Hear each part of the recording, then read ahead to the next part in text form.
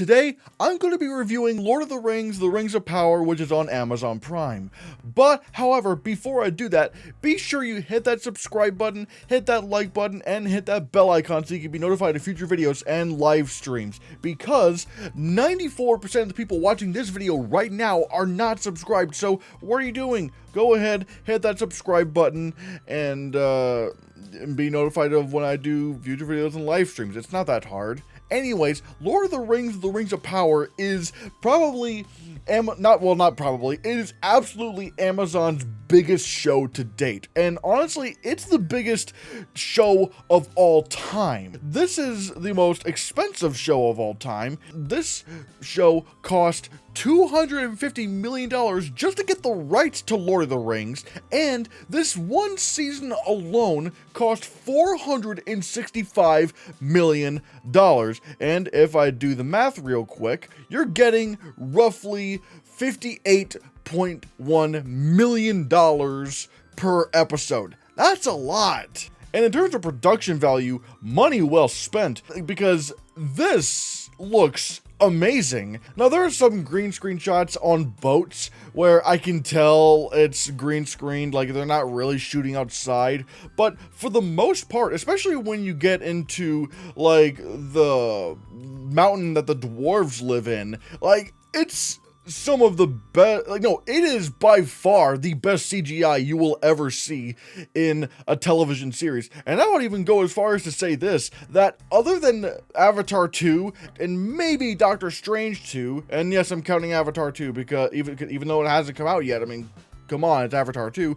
Other than Avatar 2 and Doctor Strange 2, I would say Lord of the Rings of Power has better visual effects than any other movie that came out this year. The production value of Lord of the Rings of Power is immaculate. Like, I was thinking that maybe Prehistoric Planet was gonna take home the best visual effects Emmy next year, but no, it's gonna be Rings of Power. I mean, plus then I also realized, oh wait, Mandalorian Season 2 is coming out in time for the Emmys next year, so Prehistoric Planet's not gonna win that.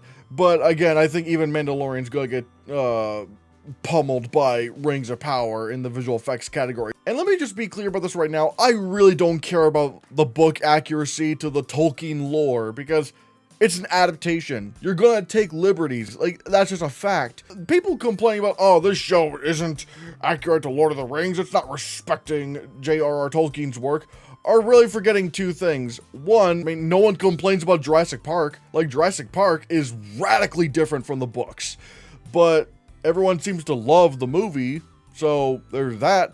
Also, people seem to forget how many changes that Peter Jackson made to the Lord of the Rings movies. Like, Tom Bombadil's nowhere to be seen. The Lord of the Rings movie ends in a different place than how the book ended.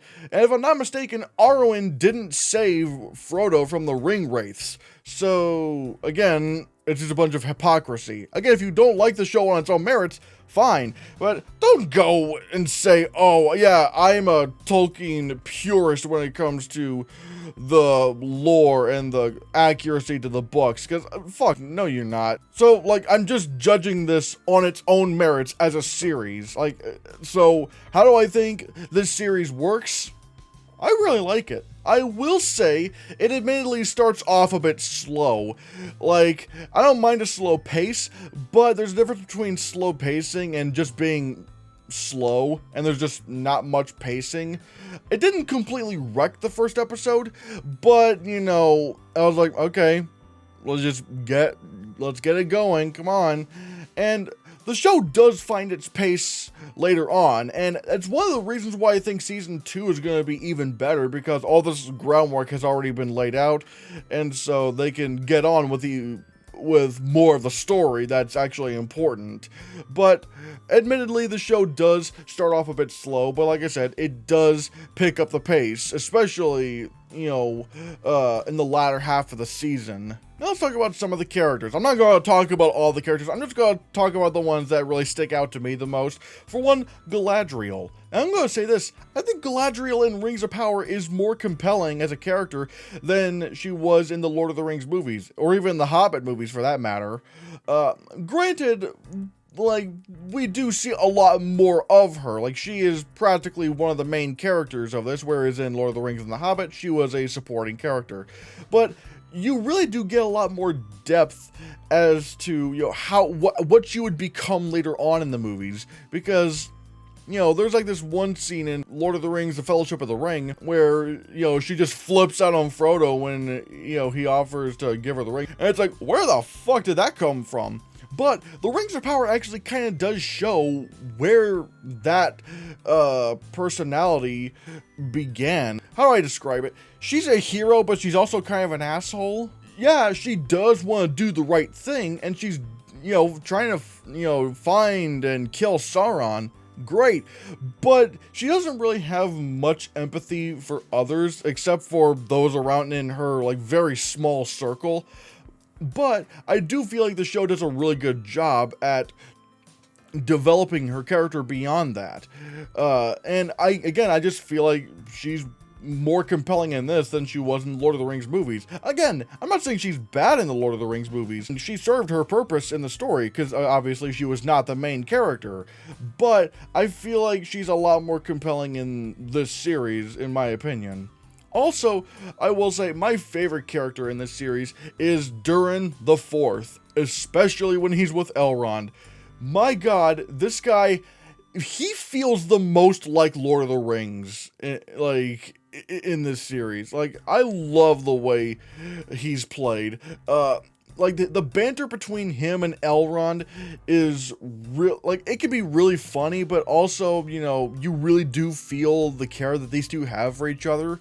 And also, like, there's like a shocking part. I think it's in the second to last episode of season 1. He gives this look. No words are needed to be said. He just gives a look, and you know exactly what he's thinking. That brought, like that made my jaw drop. I was like, this is some of the best acting I've seen on TV in a long time. I would be like, again, granted, I don't watch as much TV to say, oh yeah, he should get an Emmy, but I'm just saying, like, keep an eye out for him during Emmy season. Like I said, Durin the Fourth is my favorite character in this series, and he does feel the most like Lord of the Rings. In all of, like, the lighthearted ways and in the emotional ways, he truly feels like he's part of the Lord of the Rings story. And like I said, I feel like Season 2 is already on track to be even better than Season 1. And I'm going to get into a little bit of spoilers here, so, you know, just letting you know, once you see this thing, you can unmute the video, but as you see the spoiler thing, go ahead and mute this if you don't want to be spoiled. Once you see this go away, I won't talk about that spoiler anymore. Alright? Alright. I think one of the main reasons why I think I'm gonna really love Season 2 even more than Season 1 is that, you know, now that we know that the stranger is Gandalf. Now granted, you know, they never say his name is Gandalf, but come on. His personality, he's Gandalf. Like, he's just Gandalf. He's like, oh, you know, my best of, like, following your nose and stuff like that. And the way he speaks, I feel like I'm going to really love that personality in Season 2. I just have that feeling in me that I'm like, I'm gonna love this guy next time we see him. And anyways, you know, spoilers are done. But, however, the sad thing is about this is that they've only now started filming Season 2, meaning we're not gonna get Season 2 until, like, maybe at best, late 2024, but considering how expensive this series is, who knows when it'll come out. Which is really kind of dumb, because I'm like, shouldn't you have planned this from the beginning? Like, because that's the thing, they said that all 6 seasons are planned out, even to the last shot of the series, which, great. I love a show or a movie series being prepared and knowing exactly where you're going. But if you're doing that, like, why would you not film these back to back? Why would you not film the seasons back to back? That's so dumb. Like, I don't understand that. Like, it's just ridiculous to me. In the end, like I said, I overall really did enjoy Lord of the Rings of Power Season 1. It starts off slow, but it does get the pace going as the series progresses. And I really love the production value. I'm starting to really like these characters, especially Galadriel, Elrond, and especially during the fourth. And again, I feel like I'm going to really love the Stranger in Season 2, knowing who he is. But here's the question. What do you think of Lord of the Rings of Power Season 1? Again, I highly recommend it. I'm really enjoying it. Let me know what you think. Thank you so much for watching. Hit that subscribe button, hit that like button, hit that bell icon to be notified of future videos, because as I said before, 94% of the people watching this video right now are not subscribed. So what are you doing? Hit that subscribe button. And if you want to check out my song Welcome to Game Theory, a parody of Welcome to the Internet by Bo Burnham. If you see my channel banner, you know where to go, like all that stuff. So yeah, thank you so much for watching, and yeah, if you want to see more, click this. Oh, where's the outro thing? There we go.